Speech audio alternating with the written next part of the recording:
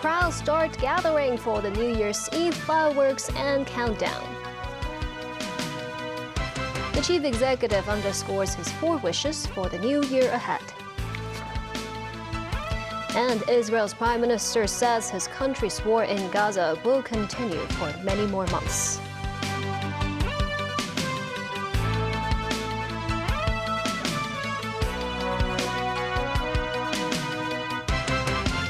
Hello and welcome to TVB News. Crowds have started to gather in the Chimsha-Choi district. Many are eagerly preparing to watch the fireworks display, which will light up the sky over Victoria Harbour at midnight to celebrate the new year. Musin with details. Time flies like an arrow. Today is the last day of year 2023. Of the different New Year countdown activities, the fireworks display is among the most popular for many people. On this New Year's Eve, a 12-minute fireworks musical with the theme New Year New Legend will be presented to the public. The display is described as the largest ever New Year's Eve celebration, with the display covering a stretch of 1,300 meters from North Point to Central. While the show will not start until midnight, this woman has been waiting at the Tim Sa Tsui Promenade, a traditional spot, for enjoying the fireworks since this morning. There will be road closure arrangements in this area later. We came early so we could avoid the no-entry situation, she said. This Western restaurant near the promenade said tables are fully booked for the night, with half of the bookings coming from mainlanders. The manager said the restaurant will extend its opening time by an hour after the fireworks show ends. Some people decided to watch the display on the sea. Tickets for fireworks tour boats are all sold out. Despite sunny intervals during the day, visibility remains rather low. The observatory said winds are weak over the coast of Guangdong, so it is trickier to clear pollutants. However, weather authorities said a surge of northeast monsoon conditions is expected to reach southern China tonight, meaning better air quality for the city. But the last time it's great. Some special road and traffic arrangements have already been implemented owing to the New Year's Eve countdown celebrations, including road closure measures in Tsim Sha Tsui and West Kowloon cultural districts starting from 6 p.m. The roads will reopen once across dispersed. Public transport such as the MTR and tram will extend services and increase frequency. News 9, TVB News. As 2023 is set to come to a close, Chief Executive John Lee said it's full steam ahead for the government to work and improve the city's economy, development and livelihood in the coming year. The city's finance chief also reviewed today Hong Kong will host even more events next year, encompassing sports tournaments, cultural jamborees and financial summits. In an article published in Bohemian magazine, Chief Executive John Lee described his administration's work through 2023. Looking back, he said Hong Kong has shown positive recovery with encouraging momentum, despite the complex external environment and ongoing geopolitical conflicts. The CEO also underscored his 4 wishes for the new year ahead. First, resolutely upholding the one country, two systems principle and safeguarding national security. Lee said the government is gearing up to complete enacting legislation on Article 23 of the Basic Law in 2024. Article 23, together with the existing national security law, can help build a strong shield of protection and cornerstone for Hong Kong's stability and prosperity, Lee said. Second, perfecting the system and efficiency of governance. Lee said the SAR government will put in place a regular exchange mechanism between Hong Kong delegates to the National People's Congress and Hong Kong members of the National Committee of the Chinese People's Political Consultative Conference. That's in a bid to take in valuable opinions on the SAR's governance from those who love both the country and Hong Kong. As the 7th-term district councils will take office on January 1st, Lee hopes the new councillors can better coordinate the work of the district councils, the 3 area committees of the districts, and the care teams to better serve the community. Lee added increasing public housing supply and solving subdivided flat problems will remain front and center in the administration's policy making. They include the aim to drive down the average waiting time for public housing to 4.5 years in fiscal year 2026-27 and the provision of some 2,100 units of light public housing in fiscal year 2024-25. The last wish for 2024 continuously cement Hong Kong's existing strengths in its integration into the development of the nation. Also striking a note of optimism towards 2024 is Financial Secretary Paul Chan. 讓我哋同心合力，堅定前行。In his blog post, he said the series of Happy Hong Kong and Night Vibes Hong Kong campaigns had fostered a more vibrant atmosphere in the city. He revealed Hong Kong will host even more events next year to woo more overseas friends to visit Hong Kong again and again. The finance chief added offices set up by strategic enterprises in Hong Kong, including AstraZeneca and battery giant CATL, will help bring in more investment and jobs. Israeli Prime Minister Benjamin Netanyahu said his country's war in Gaza will continue for many more months, pushing back against persistent international ceasefire calls. Civilian deaths are mounting, with Gaza authorities saying more than 21,600 people have been killed since October 7th, when Hamas and other Palestinian groups raided Israel, resulting in around 1,200 deaths. Netanyahu said that after the war, Israel must take back the buffer zone between Gaza and Egypt, known as Philadelphia Corridor, which is at odds with the U.S. hopes for a two-state solution. Nasri Karim has more. Rafah, in the southern part of the Gaza Strip. Farther south beyond the Gaza border is a Philadelphia Corridor, a narrow strip of land 14 kilometers in length, patrolled by Egyptian border guards. Israeli Prime Minister Benjamin Netanyahu wants to retake control of the corridor after the war, saying any other arrangement would not ensure the demilitarization of Gaza. That is one of the goals of Israel's current offensive. That would effectively give Israel exclusive control of Gaza for the first time since 2005, with the Rafah crossing currently only part of the enclave, not under Israeli jurisdiction. It's part of Netanyahu's plan for military control over Gaza after the war, which is at odds with that of US President Joe Biden, who is keen to consolidate a two-state solution that gives Palestinians self-determination. Still, the Biden administration is happy to bypass Congress to provide Israel with $149 million worth of weaponry in its quest to eliminate Hamas and free hostages. It's the second tranche of funding for Israel this month, knowing that Netanyahu's forces face a long, drawn-out war against Hamas and other Palestinian groups, well entrenched in tunnels across the Strip and engaging in guerrilla warfare. One of those groups, the Popular Front for the Liberation of Palestine, said an Israeli soldier taken hostage on October 7th was killed by Israel in a strike that also wounded several members of the group. Meanwhile, Gaza authorities say more than 160 people were killed in the previous 24 hours. Many are missing, including the husband of this woman. Amina Shamlak al-Rafi said she was among the hundreds of thousands forced to flee Gaza City in the north and seek refuge in Rafah in the south. During the journey, her husband was taken away by Israeli soldiers. That was more than 55 days ago, and she has had no word about his whereabouts. She also worries for her children, who are barely eating given the lack of food. Around 200 aid trucks are reportedly entering Gaza daily, far short of the 500 a day needed to sustain a population of 2.3 million, 85% of whom are displaced. Nasri Karim, TVB News. In Serbia, thousands of people have again rallied in the capital city to protest against the results of the December 17th elections. Crowds chanted thieves, accusing the populist authorities of President Alexander Vučić of orchestrating election fraud and demanding the annulment of the results. The ruling Serbian Progressive Party, or SBS, was declared winner, but the main opposition alliance, Serbia Against Violence, has claimed the election was stolen. The protesters cheered the appearance of opposition leader Marinika Tepic, who has been on a hunger strike since the ballot.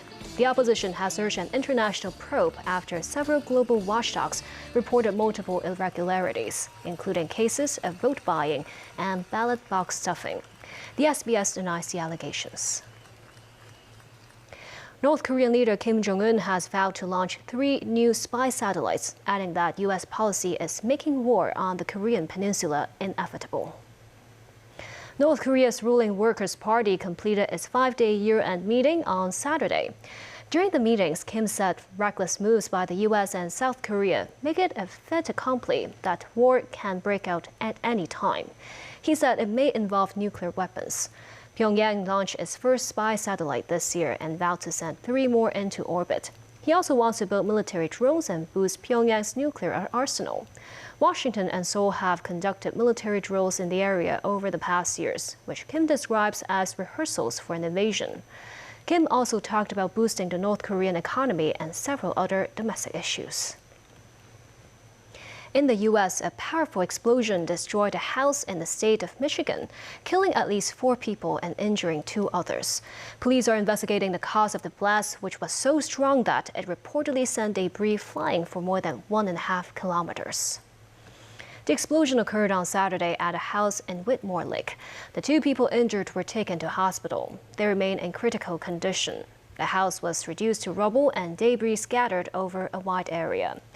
One eyewitness who has lived in Whitmore Lake for 40 years said, "Even in war, I have never heard of anything of this level at this distance." Still ahead, Russia launches new strikes against Kharkiv after Ukraine's attack on the Russian city of Belgorod.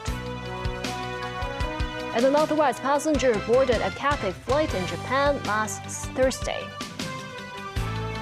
And the government urged to tell the public how to buy required garbage bags for rubbish disposal starting next April.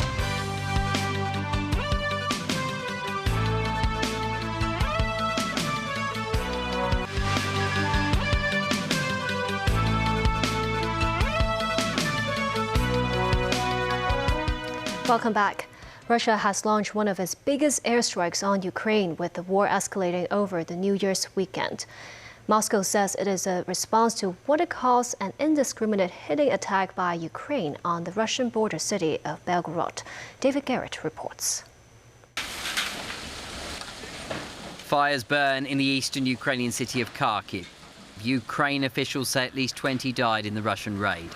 Locals walk among the debris as the governor of the city said dozens of others are receiving treatment for injuries. He also described how a strike hit the 12th floor of a hotel, but the people there were able to escape. The alarm was sounded when another missile hit nearby earlier. This woman is almost lost for words as she tells the camera, "This is our new year." Spokesman Igor Konashenkov said the attack was indiscriminate and was carried out using Czech-made rockets and munitions. Ukraine said it was targeting military sites. President Volodymyr Zelensky spoke of the latest strike and said many had suffered in recent days at the hands of the terrorist state. He said for every Russian missile, the terrorist state will bear just responsibility, political and practical. The escalation between Russia and Ukraine has already been discussed at the United Nations Security Council. We unequivocally condemn all attacks on cities, towns and villages in Ukraine and in the Russian Federation. Attacks against civilians and civilian infrastructure violates international humanitarian law. Russia said Ukraine and the countries that back them, including the Czech Republic, which made the missiles, are complicit in war crimes after the attack in Belgorod. As long as Russia persists, the United States will support Ukraine's effort to defend itself. First, Russia blamed Ukraine for these strikes. Then it tried to demand that Czechia appear before this council. Now the Russian ambassador is blaming the UK, the US and the EU. If Russia wants someone to blame for the deaths of Russians in this war, it should start with President Putin. China said it was saddened by vicious attacks and civilian casualties and concerned by the delays in ending the war, hoping the suffering of innocent people would not continue into the new year. David Garrett, TVB News. The government will begin charging residents for rubbish disposal starting April 1st. But details of how to purchase the required rubbish bags are still under wraps.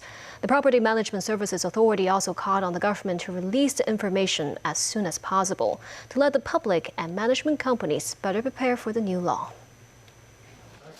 In 3 months, Hong Kong's waste levy will come into force. As 2024 is just around the corner, some citizens try to declutter for a fresh start of the year. Ms.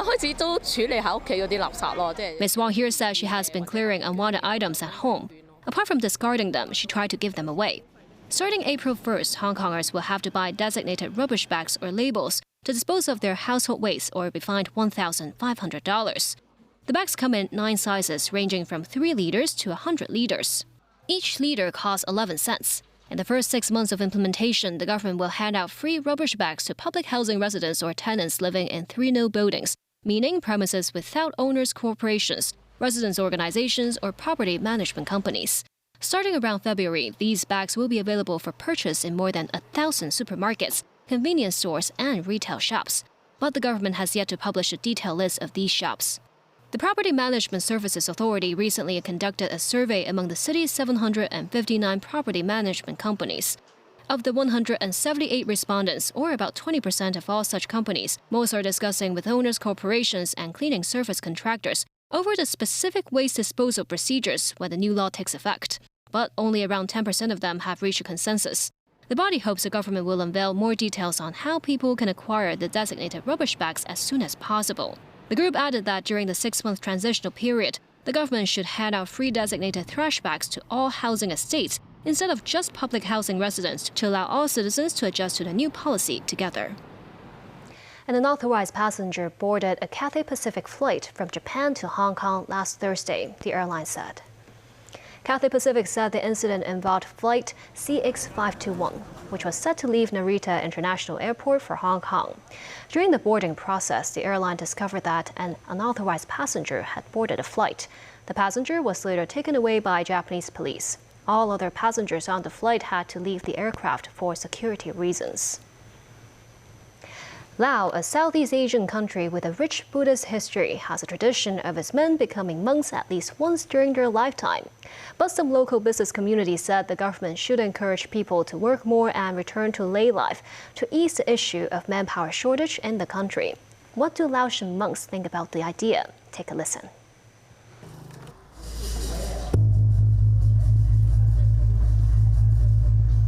The ancient city of Luang Prabang. At the crack of dawn at around 5 a.m.,